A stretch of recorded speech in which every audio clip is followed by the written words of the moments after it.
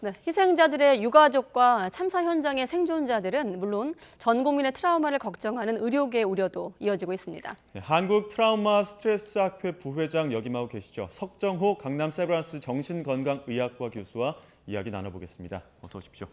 네, 네, 교수님도 뭐 워낙에 이번 참사에 대한 속보 뉴스 접하셨을 텐데요. 남다르시게 좀 보셨을 것 같은데 사실 가장 중요한 어떤 외상 스트레스, 정신적 어떤 건강을 우려하는 부분은 피해자분들, 피해자의 어떤 유가족 그리고 생존자 아니겠습니까? 어떻게 보고 계십니까? 예, 뭐 저도 처음 어제 아침에 뉴스를 보면서 굉장히 놀랐었는데 예. 그 막상 당사자나 유가족 그리고 재난 상황에 직접 경험했던 분들은 네. 이루 말할 수 없는 충격일 것으로 생각이 되고요. 이러한 충격은 삶의 전체 방향을 바꿀 수 있을 만큼 강력한 영향을 미칠 수 있고 향후에 외상후 스트레스 장애로 이어질 가능성이 상당히 많기 때문에 예. 개인에 따라 차이는 있겠지만 심리적인 지원을 꼭 잘 받도록 노력해야 될 것 같습니다. 대개 사회적 참사 이후 이런 피해자 유족에 대한 어떤 사후 관리 어떻게 좀 이루어집니까? 일반적으로. 예, 보통 세월호 참사 이전에는 예. 이 부분에 대한 관심이 적었고 물질적이고 그런 신체적인 지원 위주로 적십자사 활동이 이루어지고 있었었고요. 네. 세월호 참사 이후로 이제 본격적인 심리 지원에 대한 관심이 많아졌고 국가 차원에서는 국가 트라우마 센터를 통한 체계적인 관리가 이루어지고 있고 학회 차원에서는 전문가들이 모여서 한국 트라우마 스트레스 학회라는 걸 2015년에 만들고 예. 체계적인 심리 지원을 위해서 노력하고 있습니다. 그래서 이번에도 정부와 학회가 공통으로 통합 심리 지원단이라는 걸 구성해서 예. 가능한 한 최대한 비대면 상담과 대면 상담을 돕기 위해서 노력하고 있습니다. 당시 상황을 보면 이제 지형적인 특성도 있겠지만 워낙 좁은 골목길이었고요. 또 이와 함께 그 옴짝달싹하지 못하는 그 상황에서 사람들이 공황 상태에 빠져서 좀 사고를 키운 것 아니냐 이런 분석들도 나오는데 그때 당시에 사람들의 어떤 상태라고 한다면 정신건강 측면에서 어떻게 봐야 될까요? 예, 매우 공포스러운 상황이었을 거로 생각이 되고요. 예. 자기가 자기 몸과 주변 상황을 통제할 수 없었기 때문에 심한 공황 상태에서 아마도 이성적인 판단을 하기 더 어려웠을 것이고 예. 양방향으로 소통하던 상황 속에서 오히려 심각한 그런 혼란을 겪으면서 이러한 참사가 일어났던 것이 아닌가 하는 생각이 좀 듭니다. 예. 그리고 또 한 가지 지금 사상자 대부분이 20대 젊은 층이고 특히나 뭐 10대도 포함된 것으로 안타까움을 더하고 있는데 이 뉴스를 보는 비슷한 연령대의 또래 집단에서도 좀 이 뉴스를 다르게 볼 것 같아요, 사실. 네. 네, 그렇습니다. 본인들 일처럼 굉장히 심각하게 영향을 받을 수 있을 거라고 생각이 되고요. 예. 또한 같은 연령대의 자녀를 둔 부모님들의 충격도 상당히 컸던 것 같은데요. 네. 제가 오늘 직장에서 만났던 동료분들도 매우 고통스러워하면서 예. 젊은 그 청춘들이 너무 안타깝다라는 말씀들을 하시면서 모든 국민이 정말 고통스러워하고 있는 것으로 느껴집니다. 예, 이렇게 모든 국민이 고통스럽고 또 안타까워하는 반면에 다른 문제점도 지적이 되는 게 이러한 현상에 대해서 뭐 조롱죄의 이야기를 한다거나 뭐 혐오죄의 이야기를 한다거나 이런 현상들도 나오고 있어서 이런 현상 어떻게 봐야 되는 겁니까? 예, 안 좋은 일이 생기면 남들 탓을 하고 싶고 자신은 거기서 책임감을 갖지 않고 빠질 수 있는 그런 상황을 만들고 싶어서 그런 심리가 작용하는 사람들은 남들 탓을 하게도 되고 예. 문제를 가지고 비난이나 조롱을 하게 되는데 이러한 것은 당사자에게는 정말 큰 충격이 또 한 번 가해지는 것입니다. 그래서 심리적인 충격을 2차로 받게 되기 때문에 예. 이렇게 그 재난 경험자들이나 그 유가족이 충격받을 수 있는 행동들은 반드시 자제해야 합니다. 예. 사실 사고 직후부터 당시의 현장에 담긴 사진과 영상이 SNS를 통해서 물론 이제 저희 YTN 같은 경우는 보도 화면이기 때문에 모자이크 처리도 하고 일부 수정을 해서 보도가 나가긴 하는데 충격적인 모습들도 상당한 것으로 이제 알려지고 있지 않습니까? 이걸 보는 것만으로도 좀 스트레스 그러니까 유발할 수 있는 요인이 된다고요. 네, 물론입니다. 그 실질적으로 충격적인 장면이나 영상에 계속 네. 노출되는 것은 그것만으로도 트라우마 효과가 굉장히 크거든요. 예. 그래서 자다가도 다시 그런 장면들이 꿈에 나오고 계속해서 트라우마 현상이 나타날 수 있기 때문에 이런 것을 SNS에 유포하고 공유하는 것은 삼가해야 됩니다. 그리고 말씀하신 대로 언론에서 보도할 때도 자극적인 장면은 가능한 한 노출을 좀 피하고 예. 재난 심리 회복에 도움이 되는 정보를 제공하고 네. 아울러 재난 상황에서 제일 중요한 것은 정확한 정보이거든요. 그래서 예. 세월호 때 전원 구조라는 오보가 충격을 더했던 것처럼 예. 어느 정도가 지금 구조되고 있고 부상됐고 사망자인지 이런 것들 현황을 정확히 보도해주면서 예. 충격적인 장면은 좀 자제해야 될 것 같습니다. 잠시 뒤에 여쭤보려고 했는데 교수님 먼저 언론의 어떤 역할, 사실 중요한 부분인데 언급하셨기 때문에 영상을 어떤 보도할 때도 사실 굉장히 신중하게 접근을 하는데 그 밖에 또 어떤 점들을 좀 언론 보도할 때 신경을 써야 된다고 보십니까? 전문가로서? 지금 재난 상황에서는 예. 여러 가지 유언 비어들도 많이 유포가 되고 소문들이나 이런 것들이 나오면서 예. 오히려 더 혼란스럽게 대응하는 사람들을 만듭니다. 그래서 재난 상황에서 특히 정확한 정보를 전달하는 게 매우 중요하기 때문에 네. 어제도 뭐 마약이 들어왔다든지 이런 식의 예. 유언 비어들이 유포되는 것들을 막기 위해서 신속하게 그런 유언 비어에 대한 정확한 정보로 대응해 주시고 그리고 지나친 그런 자극적 장면들을 좀 걸러서 제한되게 표현해 주시는 것이 매우 중요할 것 같습니다. 뭐 언론도 제한되게 표현하는 것이 중요하겠지만 대한정신건강의학회도 긴급 성명을 냈습니다. 이거 보려고 하는 시도도 조심해야 된다, 자제해야 된다 이렇게 이야기를 했거든요. 이 부분은 어떤 걸 우려하기 때문입니까?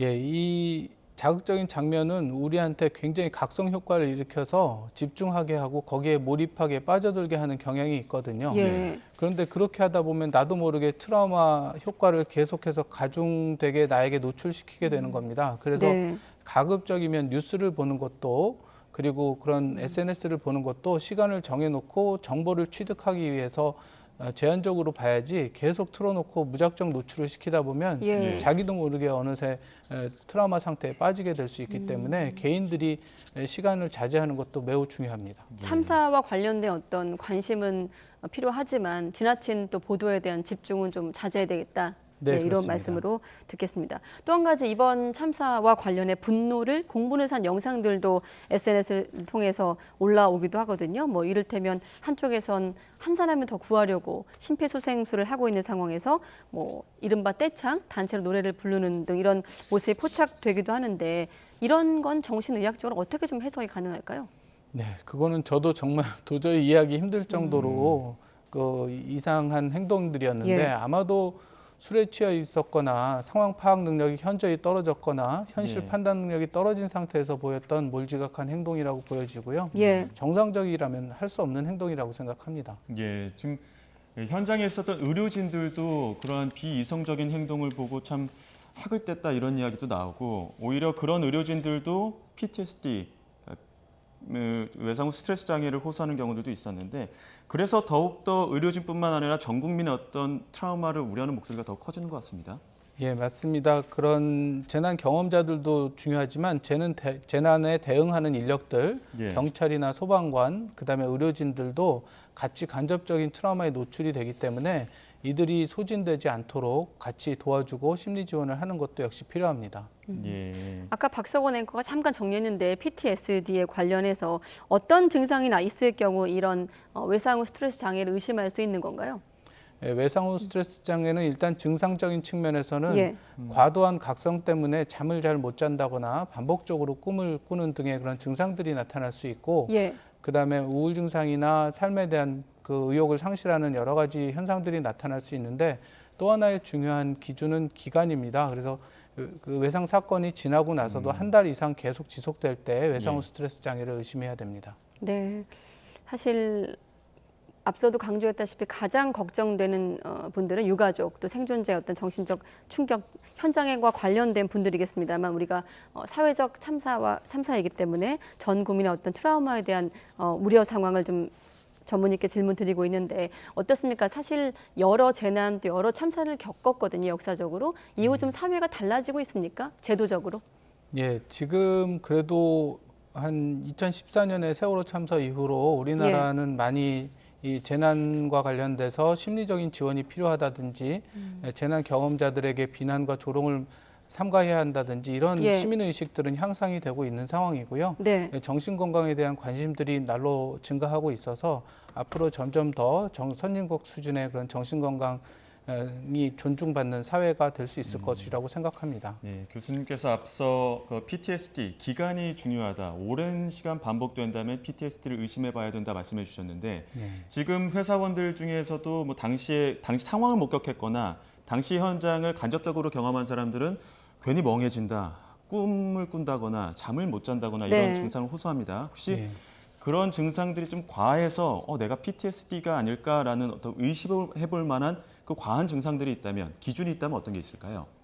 일단 제일 중요한 것이 수면을 정상적으로 잘 취하는가 하는 것, 자기가 요즘에 평소와 같은 잠을 자는가를 잘 보시고요. 예. 그다음에 식사라든지 일상생활을 하는 습관에 있어서 현저한 변화가 없는지를 잘 보실 필요가 있습니다.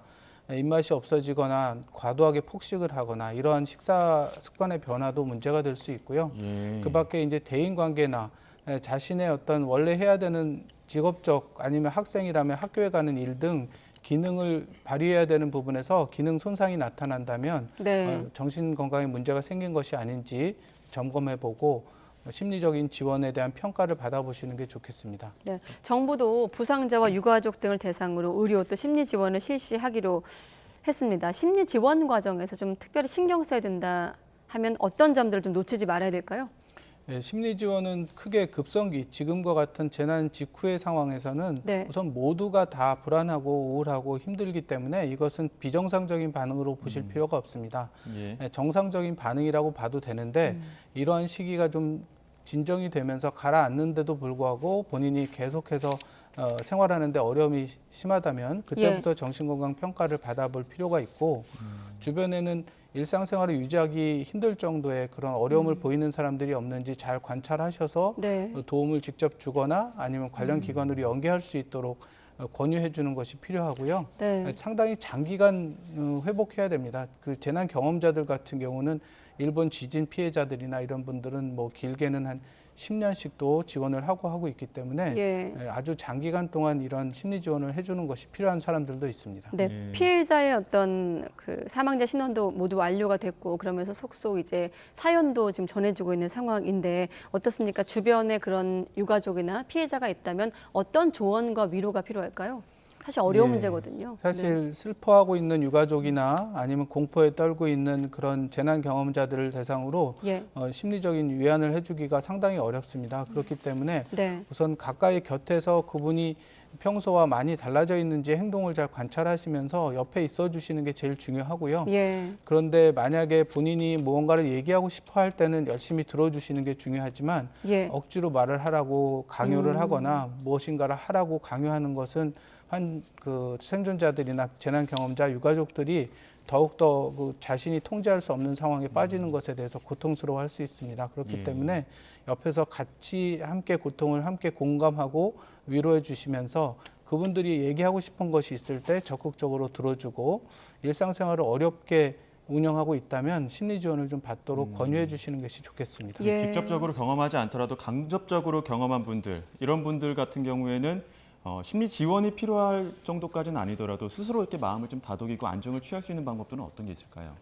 예, 우선은 안정화 기법이라는 것이 있는데요. 흔히 얘기하는 복식 호흡처럼 호흡을 길게 심호흡을 하면서 호흡 이완 훈련이라는 걸 할 수가 있고요. 예. 근육에 힘을 줬다가 풀어보는 그런 근육 이완 훈련법도 있고 또 한 가지는 자기 납임 포옹법이라고 해서 자신의 마음을 이렇게 감싸 안아주고 오른쪽 왼쪽을 토닥거려 주면서 나를 안심시켜 줄 수 있는 말을 하면서 자기 안정화 기법을 할 수 있는데요. 네. 마음 프로그램이라는 앱을 다운로드 받으시면 거기서 이런 자기 안정화 기법을 많이 안내하고 있으니까 마음 프로그램. 예, 마음 프로그램입니다. 마음 프로그램. 사실 교수님이 마이크를 좀 치시긴 했는데 워낙 좀 중요한 부분인 것 같아서 제가 그냥 그대로 두었습니다. 마음 프로그램 저희도 기억하겠고, 자 이번 어떤 참사를 보시면서 전문가로서 여러 가지 생각이 드셨고 저희에게 이번 시간 통해서 조언 주셨거든요. 끝으로 전문가로서 어떤 메시지라고 해야 될까요? 위로의 말씀 한 말씀 듣겠습니다.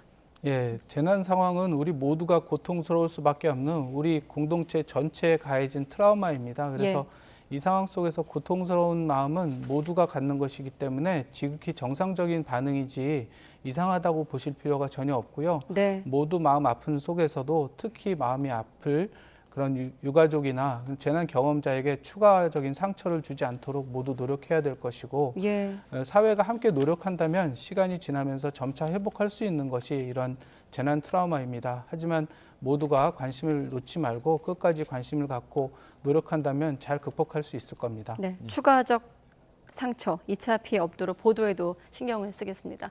네, 석정우 강남 세브란스 정신건강의학과 교수님과 함께했습니다. 고맙습니다. 네, 감사합니다.